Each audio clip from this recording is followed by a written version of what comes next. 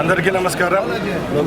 ఈరోజు ఈ కార్యక్రమానికి ఇచ్చేసిన డిస్ట్రిక్ట్ కలెక్టర్ గారికి, అలాగే నా సహచర ఎమ్మెల్యేలు, చిత్తూరు ఎమ్మెల్యే గారికి, పూతలపట్టు ఎమ్మెల్యే గారికి, మా ఇన్ఛార్జి గారికి, దొరబాబు గారికి, మా సిటీ ప్రెసిడెంట్ గారికి, ఇక్కడికి ఇచ్చేసిన ఆర్టీసీ యాజమాన్యానికి, సిబ్బందికి, ప్రతి ఒక్కరికి పేరు పేరున ధన్యవాదాలు తెలియజేసుకుంటూ, ఇక్కడ జేసీ గారికి, ఈ కార్యక్రమానికి ఇక్కడ వచ్చిన మీ అందరికీ నమస్కారాలు తెలియజేసుకుంటూ, ఈరోజు ఇక్కడ పండుగ వాతావరణం ఉంది.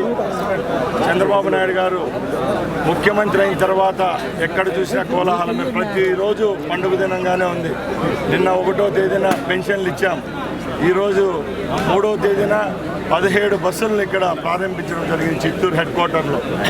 ప్రజలు ఒకటే గమనిస్తున్నారు, ఎవరైతే అభివృద్ధి చేస్తారో వాళ్లకు అభిమానిస్తారు. ముఖ్యంగా గత 5 సంవత్సరాల్లో ఆర్టీసీ నిర్వీర్యమైంది.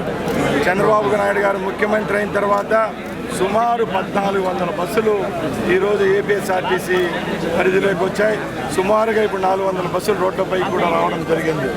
ముఖ్యంగా ఏ ఉద్దేశంతో అయితే ఆర్టీసీని ఆ రోజు స్థాపించారో గత 5 సంవత్సరాల్లో పూర్తిగా నిర్వీర్యం అయిపోయింది. ఒక్క బస్సు కొన్న పాపాను పోలేదు గత ప్రభుత్వం. ఇప్పుడు మేము ఒకటే చెప్తున్నాం, మా హామీలు ఏవైతే ఇచ్చామో అవన్నీ సక్రమంగా ప్రజలకు అందే విధంగా ఈ రాష్ట్ర ప్రభుత్వం అయితేనే, మా ముఖ్యమంత్రి గారు అయితేనే చర్యలు తీసుకుంటున్నారు. ముఖ్యంగా ఏపీఎస్ఆర్టీసీ విషయానికి వస్తే నిర్వీర్యమైన సంస్థను మరొక్కసారి గాడిలో పెట్టేదానికి రాష్ట్ర రవాణా శాఖ అలాగే ముఖ్యమంత్రి గారు ముందుకెళ్తున్నాం. ముఖ్యంగా ఆర్టీసీ బస్సులు అనేటివి ప్రజలకు ఎంత మటుకు సహాయపడుతున్నాయి మీ అందరికీ తెలుసు. మన జీవన ప్రమాణాల్లో, మన జీవనంలో ఒక ఆర్టీసీ బస్సు అనేది కూడా ఒక భాగం అయిపోయింది.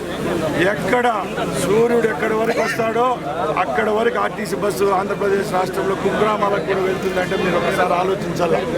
ఇలాంటి సంస్థను గత ప్రభుత్వాలు పక్కలకు పెడితే ఇప్పుడు మేము అధికారంలోకి వచ్చిన తర్వాత దీన్ని గాడిని పెట్టే ప్రయత్నంలో ఉన్నాం. ముఖ్యంగా గత ఎన్నికల్లో ఏవైతే మేము హామీలు ఇచ్చామో దాంట్లో ముఖ్యంగా మహిళా మూర్తులందరికీ ఉచిత బస్సు ప్రయాణం ఇచ్చేదానికి రాష్ట్ర ప్రభుత్వం సిద్ధంగా ఉంది. అతి త్వరలోనే మహిళా మూర్తులందరికీ ఒక శుభవార్త చెప్పేదానికి మేము సిద్ధంగా ఉన్నాం. అలాగే మా ముఖ్యమంత్రి గారు ముందే చెప్పారు, వచ్చే 5 సంవత్సరాల్లో ఆంధ్ర రాష్ట్రంలో ఎక్కడ చూసినా ఎలక్ట్రిసిటీతో నడిచే బస్సులే వస్తాయని ప్రజలకు మేము తెలియజేసుకుంటున్నాం.